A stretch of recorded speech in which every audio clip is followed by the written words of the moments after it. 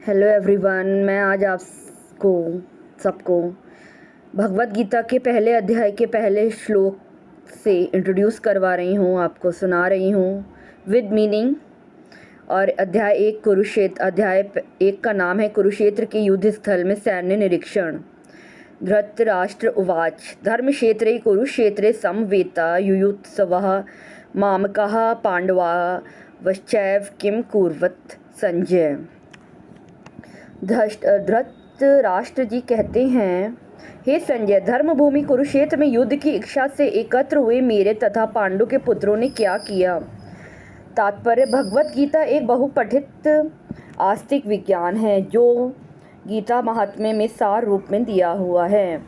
इसमें यह उल्लेख है कि मनुष्य को चाहिए कि वह श्री कृष्ण के भक्त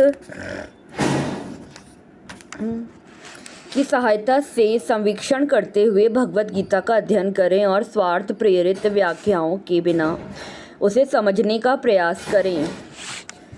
अर्जुन ने जिस प्रकार से साक्षात भगवान कृष्ण से गीता सुनी और उसका उपदेश ग्रहण किया, इस प्रकार की स्पष्ट अनुभूति का उदाहरण भगवत गीता में ही है। यदि उसी गुरु परंपरा से निजी स्वार्थ से प्रेरित हुए बिना किसी को भगवत गीता समझने का सौभाग्य प्राप्त हो तो वह समस्त वैदिक ज्ञान तथा विश्व के समस्त शास्त्रों के अध्ययन को पीछे छोड़ देता है। पाठक को भगवत गीता में न केवल अन्य शास्त्रों की सारी बातें मिलेंगी, अपितु ऐसी बातें भी मिलेंगी जो अन्यत्र कहीं उपलब्ध नहीं हैं।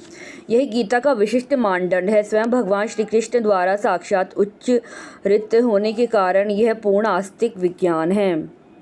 महाभारत में वर्णित धृतराष्ट्र तथा संजय की वार्ताएं इस महान दर्शन के मूल सिद्धांत का कार्य करती हैं।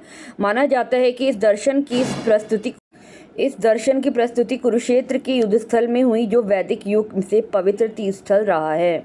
इसका प्रवचन भगवान द्वारा मानव जाति के पथ प्रदर्शन हेतु तब किया गया जब वे इस लोक में स्वयं उपस्थित थे।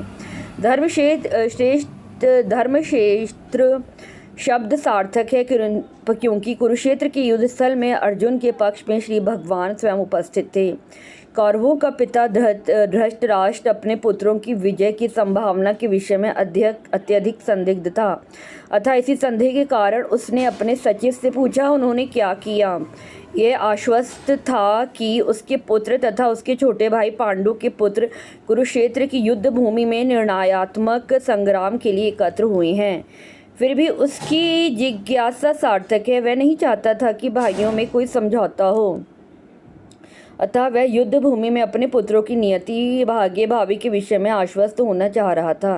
क्योंकि इस युद्ध को कुरुक्षेत्र में लड़ा जाना था, जिसका उल्लेख वेदों में स्वर्ग के निवासियों के लिए भी तीर्थस्थल के रूप में हुआ है। अतः धृतराष्ट्र अत्यंत भयभीत था कि इस पवित्र स्थल का युद्ध के परिणाम पर न जाने कैसा प्रभाव हो। उसे भलीभांति ज्ञात था कि इसका प्रभाव अर्जुन और तथा पांडु के अन्य पुत्रों पर अत्यंत अनुकूल पड़ेगा, क्योंकि स्वभाव से वे सभी पुण्यात्मा थे। संजय श्री व्यास का शिष्य था, अतः उनकी कृपा से संजय धृतराष्ट्र के कक्ष में बैठे बैठे कुरुक्षेत्र की युद्धस्थल का दर्शन कर सकता था। इसीलिए धृतराष्ट्र ने उससे युद्धस्थल की स्थिति के विषय में पूछा।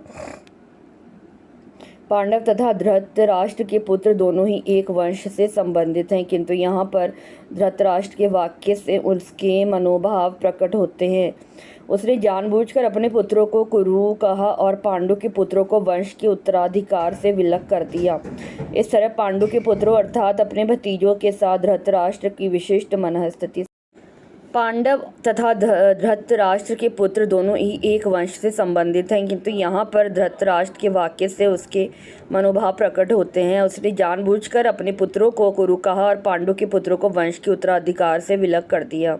इस तरह पांडु के पुत्रों अर्थात अपने भतीजों के साथ धृतराष्ट्र की विशिष्ट मनःस्थिति समझी जा सकती है।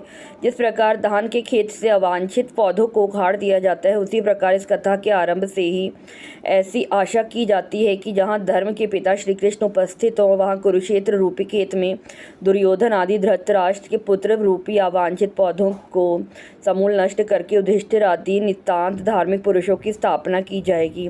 यहाँ धर्म क्षेत्र तथा कुरुक्षेत्र शब्दों की इनकी ऐतिहासिक तथा वैदिक महत्ता के अतिरिक्त यही सार्थकता है।